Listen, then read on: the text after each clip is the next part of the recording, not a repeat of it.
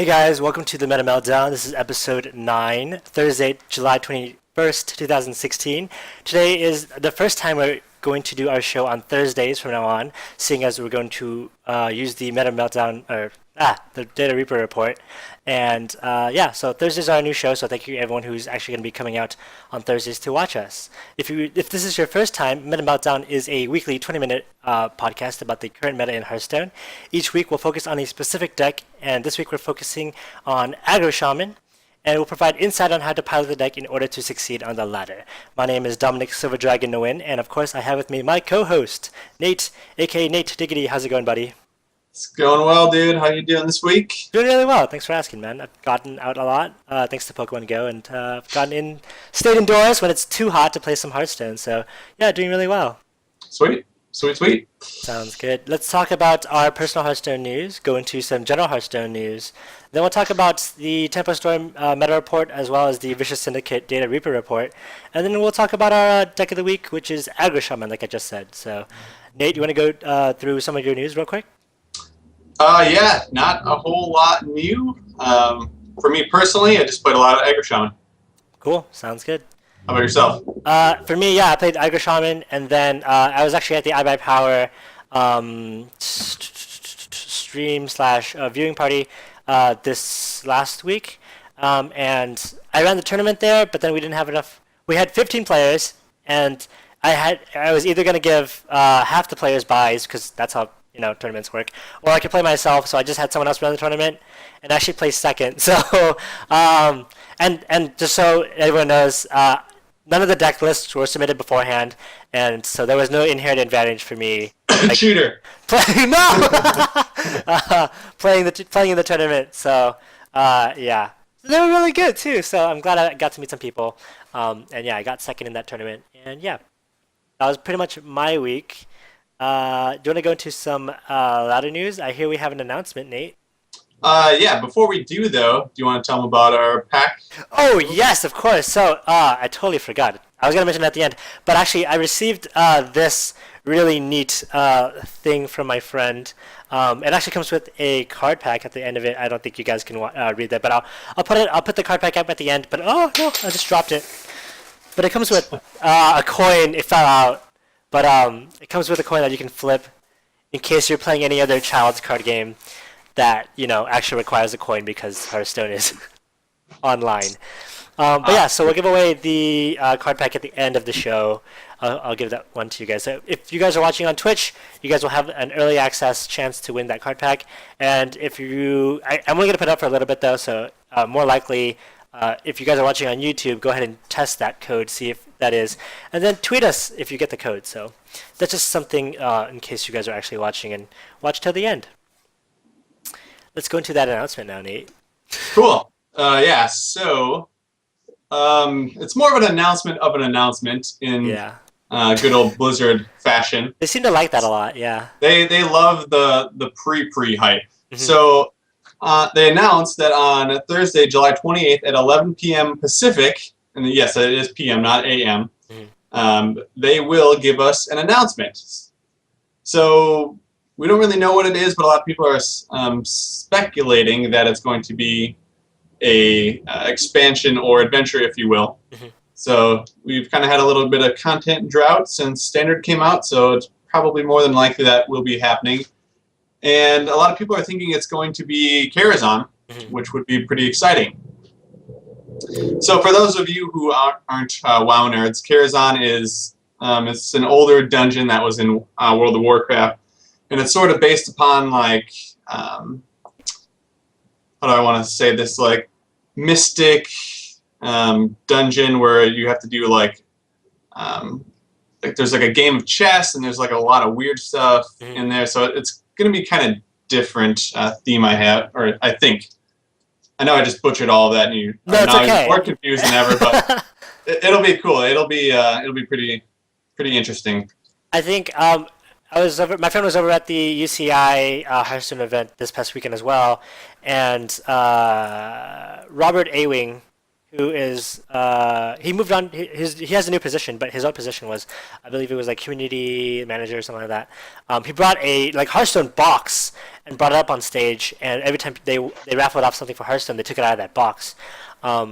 So one of the things that got raffled off was like hints to what was going on at this announcement of an announcement, but I think my friend got a sneak peek into the box, and he said some of the keywords that are going to be in the expansion. So I'm pretty sure it's an expansion, are mystical or magical, something like that. Like not exactly those words, but very similar. So a lot of evidence does point to Karazhan. So we're definitely really excited. We're going to have a lot more decks to melt down, if you will. But yeah, see what you did there. Yeah. So actually, speaking of the meta meltdown, let's go into the meta report. We actually have new Tempostorm and new Data Reaper reports to go through this week. Nate, will you please take us through those? Yes, sir. So for the Tempostorm meta report number 7, there is tier 1 and 5 decks, so that works out pretty well. Number 1 is Dragon Warrior. Number 2 is Aggro Shaman. Number 3 is Yogg Druid. Number 4 is Zulok. Number 5 is Midrange Shaman. No real surprises here. We've covered all these decks now. So yeah. Whoa, what do you know? Starting to be a pretty stale meta at this point. So we'll just go right into the next one. You want to cover the Data Reaper report? Yeah, sounds good. Oh, just a real quick topic on the Tempostorm one, though. I feel like they're finally catching up with the Data Reaper report. They're probably, adding in some of that and taking the Data Reaper report into account, seeing as it is getting quite large in terms of people who are contributing. So in Tier 1 for the Data Reaper report, we have Dragon Warrior at 52.5%.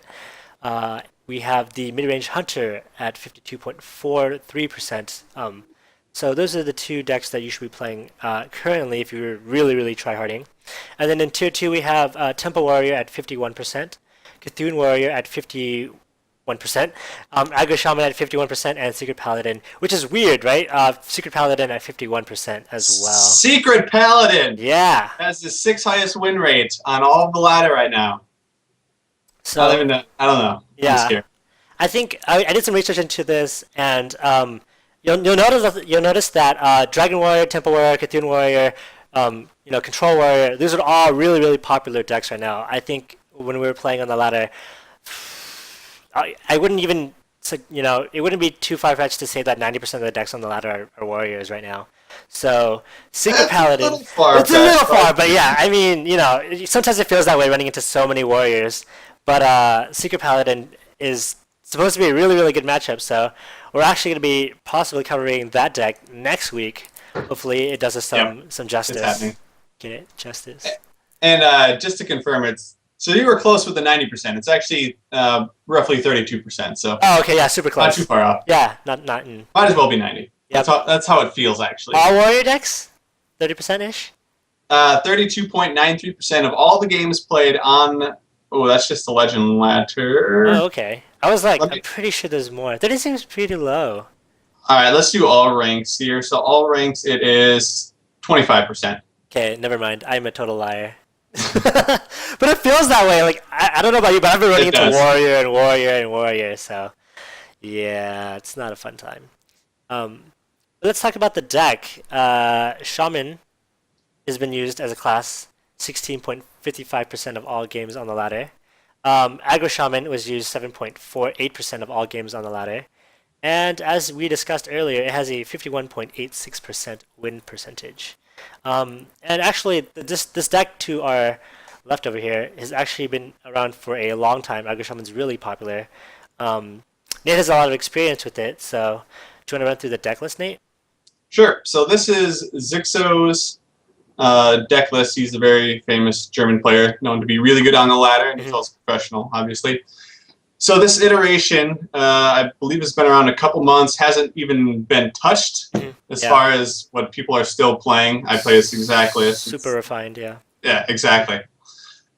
All right, so basically, the deck list here is 2 Lightning Bolts, 2 Rockbiter Weapons, 2 Abusive Sergeants, 2 Argent Squires, 1 Serfinley Murgleton, 2 Tunnel Trogs, 1 Flame Juggler, 2 Flame Tongue Totem, 2 Totem Golems, 2 Feral Spirits, 2 Lava Burst, 2 Argent Horse Riders, 2 Tuskar Totemics. These are tough to say. 2 Flame Wreath Faceless, 2 Doomhammer, and 2 Things from Below. Yeah, shamans really like the alliteration in their card names. So Oh my god, barely survived. don't blame you there. But yeah, that's the deck. It's like Nate said, it's been there for a really long time, really quick, and actually has a really different way of playing than a lot of the other decks on top 5. So we'll go through that in just a minute. Specifically for me, we're going to talk about how we did personally. I felt like I did really well when it wasn't Warrior. The only Warrior that I think this deck does really well against is Patron Warrior, which you rarely see these days. So if you're running into Warrior, it's kind of really hard. You want to win by turn 6. If you don't win by turn 6, it's kind of a slow backstabbing.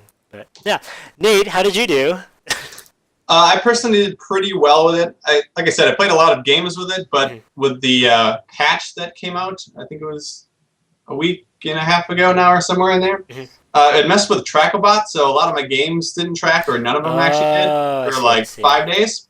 Got it. So overall, I'll just give you the monthly total so far. I was 20-5 with the deck at an 80% win rate. So that's really good. Yeah, it's pretty good, especially I played a lot of these games early on in the month, so when everyone was tryharding, so this did pretty well. Oh, I see. Very, very cool. All right, sounds good. And just so let's go through the overview of how to play this deck. So normally we would tell you, just play your early minions and get some value on the board, and then finish off with your big creatures. No, it's completely wrong with this deck. You're actually looking for really cheap mana creatures to get a really fast start. You only want to make value trades early, let's say for the first 3 to 4 turns, and then you really want to look to see how much damage you have in your deck and in your hand, and really finish off your opponent before, let's say, turn 7. This deck, when you mulligan correctly and when you draw the right cards, you often get really, really early wins. You'll find it wins as early as turn 5, turn 6, and there's nothing the opponent can do about it. It's like really, really one-sided. On the flip side, if you don't draw the right cards, you're like really fiending for like the right cards, hoping to draw them, and if you don't, you just slowly lose. But that's how this deck works. It's really, really, really I don't know, not necessarily Powerful. Yeah, very, very powerful, but something that I'm not necessarily the best at, since I really, really like trading for value. I'm more of a control player, so. Yeah, that's how you play the deck. Nate, do you want to go through the matchups real quick?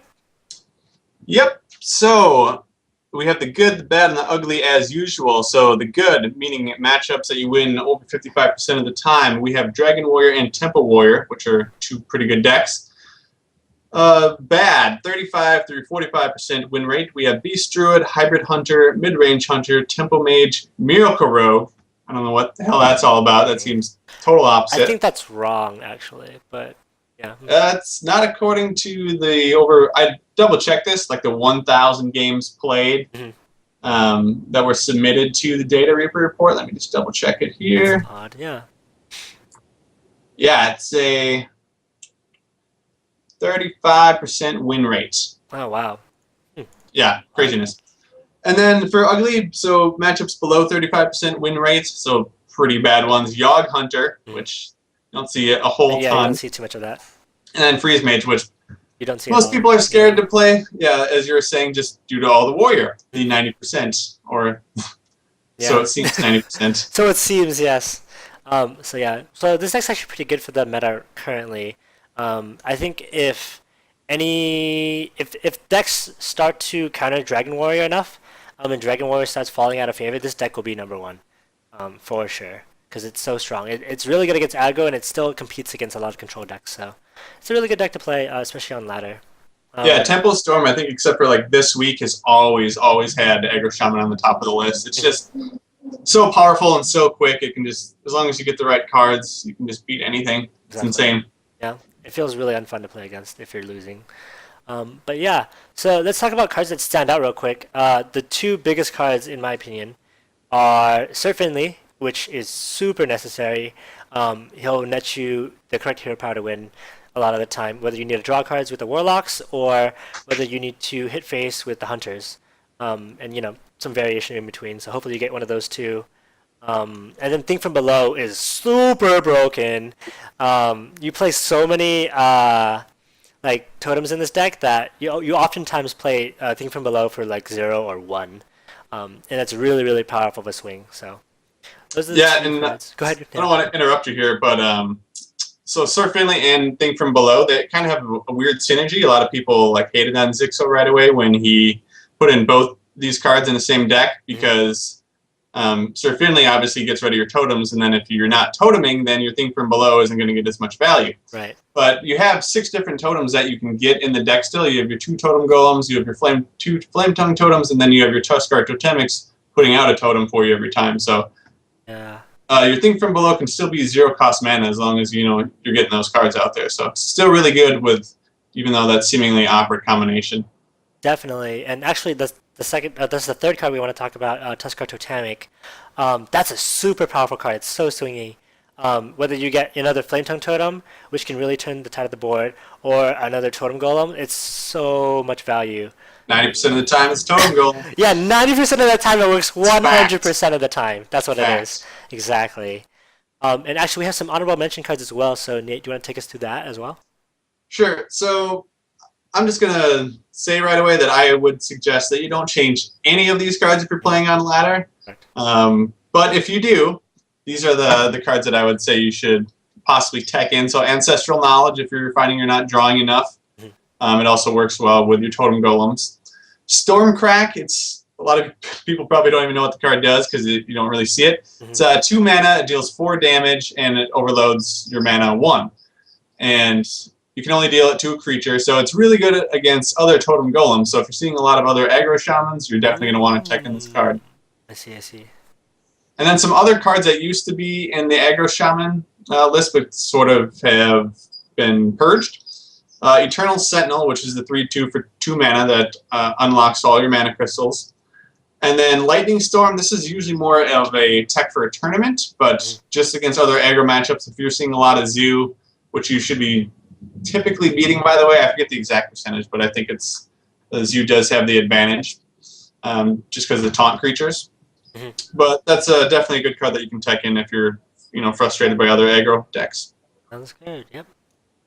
Yeah, so let's move into the starting hands. And do you want to take over aggro first? Sure, sounds good. So for aggro, you're really, really looking for early bodies to play and then trade for value. So you're looking for the Argent Squires, Sir Finley, definitely 100%. Tunneltrog into Totem Golem is your best opener by far, and then Flame Juggler as well. You're also not too unhappy if you're going to get Rock Biter Weapon or Lightning Bolt. Lightning Bolt is definitely not preferred because you don't want to overload yourself so quickly, but it's not too bad if you get a Tonal Trog. So that's what you're looking for against aggro. Nate, you want to take control? Sure. So against control, this is usually what I'm looking for. Argent Squire because it's so damn sticky. Sir Finley because totems generally suck. Tunnel Trog, it's good. Totem Golem, obviously really good. Tuskar Totemic because you're 90% of the time going to get a Totem Golem.